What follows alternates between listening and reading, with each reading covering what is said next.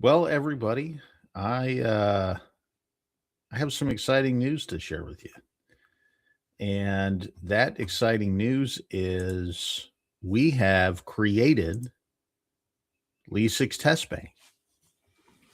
Now, if you were involved with taking advantage of our deal over the fall, where during the holiday season we were offering Lesix Pro for 99 bucks, then you know that one of the things it didn't have was test bank software. And it was actually a question that I got a couple of different times.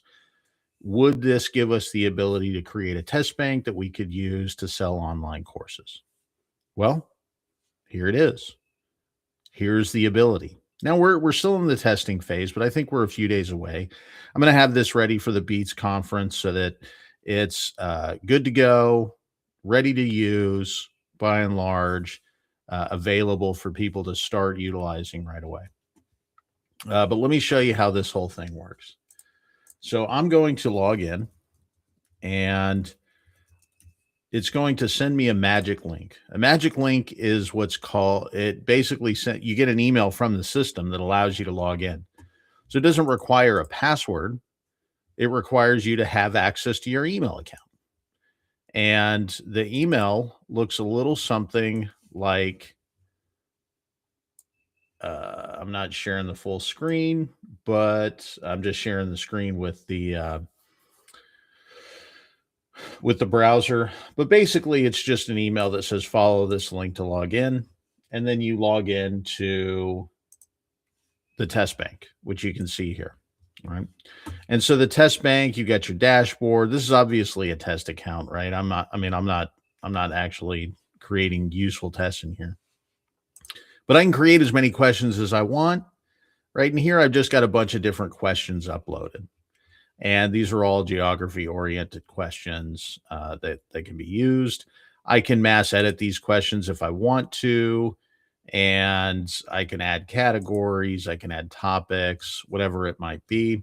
If I want to add a question, I can add that question here. I can make it true, false, or multiple guess, and it just goes through the process here. Right? You can add as many as you want, and you can honestly import all this stuff too. So suppose you have a question bank of 6,000 questions. And that seems pretty excessive, but suppose you do. Boom, import them in. Make sure the format's corrected. You have a download sample for each of your topics, your categories, your questions, whatever it might be. You can see what your topics and your categories are here. What are the difference? Categories, broader things, right? I mean, they could be, or topics, much broader things. Categories, very specific. Maybe you want to create a category on agency questions. Maybe you want to create a category on contract questions, marketing questions, sales questions, ethics questions, whatever it might be. You can organize it all here. It's important, though, that you organize your categories. Topics, entirely up to you. But categories, all oriented towards helping you organize your tests, which I'm about to show you here in a second. All right. The tests are pretty simple. To create a test, just call it whatever it is I want, right? Test. I can give it a description. I can set the time limit. I can set what the passing score is, the maximum number of attempts somebody can take the test. I can set custom test instructions here. We put in just kind of a basic test that somebody can see. And then I select questions by category. So if I want 10 questions on capitals, I could do that, or I could adjust it down to 6 if I want to. If I want to add another category, I can set that category here and modify that to be whatever it is that I want it to be, right? And I can see the total number of questions in the test. And then when I create the test, I now have the ability to set up access to that test through a simple link, right? And I'm going to show you how that looks here in a second. But I can go in and adjust whatever it is I need to. I can send it out to individual students in my database. And I'm going to show you how you can add students very simply and very easily here momentarily. But I can set this up any way that I want to, so that students have access to the test, and I can then track the results of that performance. Can also modify the settings of the test, like the instructions, the time limit, all of that stuff here. Students. I can add as many students as I want. I can manually add those students. All you have to do is have an email name and phone number, and really email is the only thing that's required. I can import a CSV of students with that basic information as well. Why is that important? Because obviously students are the ones that are going to need to take the test. And if a student is not in your system, they can request a test, but they can't take it. So in other words, there will not be any access to the system if somebody comes in here and says, well, I am rwlee3 at gmail.com. Well, rwlee3 at gmail.com is not in the system, therefore not approved, and therefore can't get access to the test. And then I can see the retake queue. So if somebody fails an exam and wants to retake it, I can go in and actually approve or deny that. And the nice thing is too, is that you can use this as a standalone profile. But if I want to connect to my Lesix Pro account or Go High Level account, which is a significantly better holistic business platform than anything else out there in the world, I can connect to them here so that there's two-way talking. And I can control how the information is sent from Lesix Testbank back to the system. Doesn't require complicated plugins. It doesn't require anything difficult. It just requires your system to be able to accept information from Lesix Testbank via that webhook. And vice versa, you can set up whatever system that you use. If you're using HubSpot, if you're using ClickFunnels 2.0, I don't know if they have these features. I don't use those platforms. But if you have something else that can post your student information to a webhook, you can set up in your automations that as soon as somebody registers, their information is whitelisted into the system, and now the system recognizes them as somebody that legitimately can take a test. And they will have access to be able to request those tests at the appropriate time. So let's go back and look and see what a test actually is. I'm going to go to this test geo assessment here. I'm going to copy this link and I'm going to paste it in my browser. And you can see when I switch to this tab that the email address and phone number is there to be able to request the access code. So I want to say rwlee2 at gmail.com. I'm going to leave the phone blank. And you can see that it still allows the system to operate. The reason we have cell phone in here is we will add the ability to have that code texted to you. Now that code is going to be emailed to me. And when it gets delivered, I will click this button that says enter code.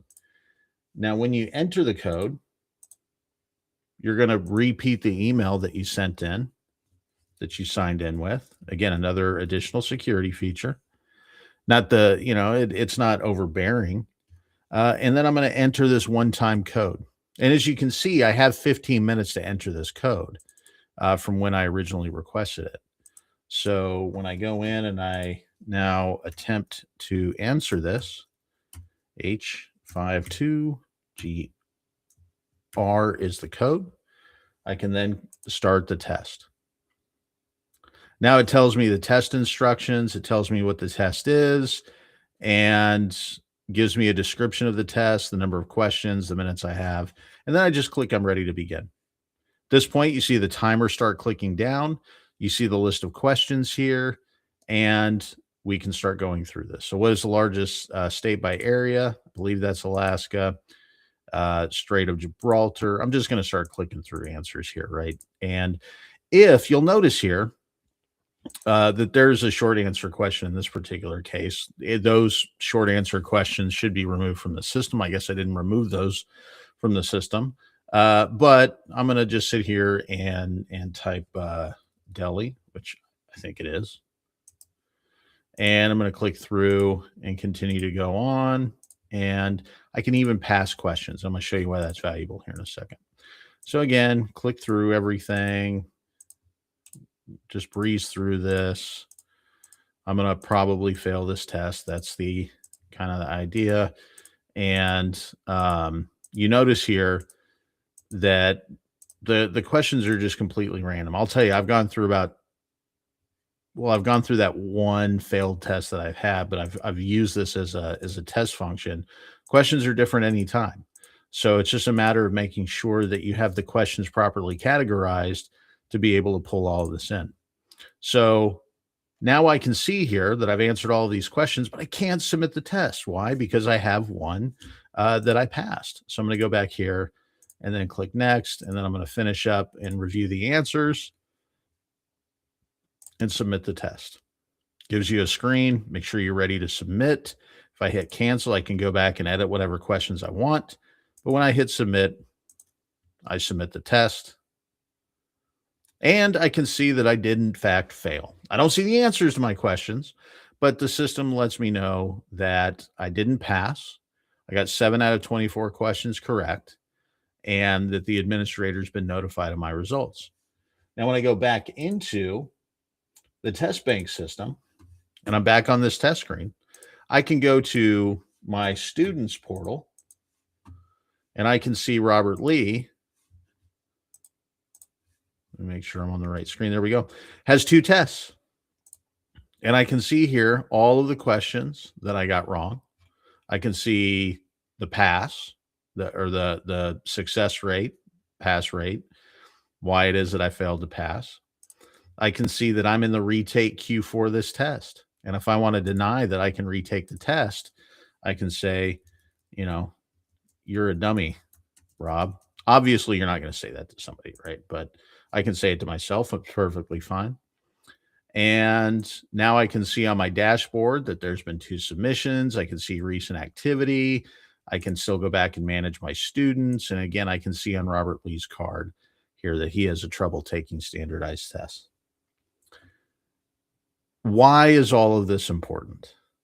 Why am I showing you this stuff now? Well, it's quite simple. We have seen over the last couple of months, especially, but over the last year, generally, that what we call vibe coding is actually becoming something extremely serious. It is getting to the point where people will not need to pay expensive software costs. They will not need to pay for long-term contracts. People will not have to pay for the overhead of large corporate organizations to have the specific functional capabilities that they need to serve their market. Now, again, my market is real estate professionals, part of which includes real estate schools and educators. I'll be at the Beats conference. I have a 10-minute main stage slot. I'll be speaking at the RIA conference where Teresa Barnaby and I will be talking about how the best method to make AI a partner in what it is that you do versus something that you outsource your thinking to. All of that is to say, my market needs these things. And the things that are available right now are one of 2 things. They are either run by large corporate organizations where customer support is often difficult and it's very, very complicated software. It's built for profit for the company, not built to win for the consumer. Or it's so incredibly bespoke and customized that it's actually very difficult to make useful. And I'll fully admit, like I've created these softwares, but they're not really, they're very specific. They're very functional to what it is that the market needs, and they're nothing more than that. And it's actually going to take people time to understand that they need to simplify their thinking in order to use simple platforms. I get that. I acknowledge that. But it is incredibly powerful what we have the capability to do when we start to understand the problems inside of a market. And it goes back to what I've talked about routinely for the last year, especially, but really have honed in on the last 6 months, and that is that the real estate industry does not make profitability a professional standard. What I mean by that is we talk about revenue. We talk about how much we charge. We talk about how much we get paid. We talk about all of these things, but we do not talk about profitability. And profitability stems from identifying the real problems that people have in their business, understanding your market with a level of specificity that most people just aren't understanding their market. They kind of approach problems from the perspective of what do I need to get? What do I need to be paid? What do I need to extract for the skills and the knowledge that I have? As opposed to a profitable perspective being, how can I provide such a competitive advantage to my company and a service that cannot be found anywhere else so that we all win, my customers and me? That is what is incredibly, incredibly important. And so Testbank, Lesix Games, connecting it to Lesix Pro, which is our white level of Go High level, all of these things are designed to help real estate schools specifically build a profitability system that they can go out there and use as part of their competitive edge in the marketplace. But I also want to acknowledge this. These software pieces alone, these tools alone, do not in any way make you a profitable company. They are not going to go out there and help you charge more money for what it is that you do. I have to acknowledge that. The tools resolve limitations, absolutely. But if you don't understand how to market yourself as a school, as an educator, as a speaker, as a agent, as a broker, whatever it might be, to the market that you actually serve, nothing like this is actually going to be helpful. Which means, again, my biggest struggle is the same thing that your struggle is.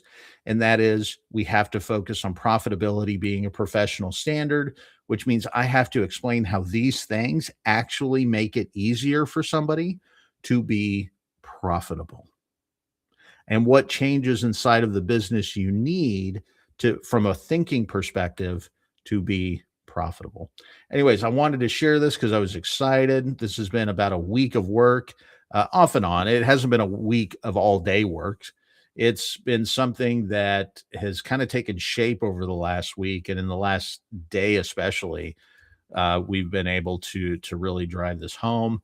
This with Lesix Games has been an incredibly great thing that we've created, and now we are going to be heading out there to um, show people how it is that they can make their real estate school a powerful coaching opportunity for people in the real estate industry. So if you have questions watching this right now, watching it later, let me know. Would absolutely love to answer whatever questions you have. Drop them in the comments. And when this is ready to go, which would probably be next week when we have it formally set up to be able uh, to to sign up and register, we'll let you know. But in the meantime,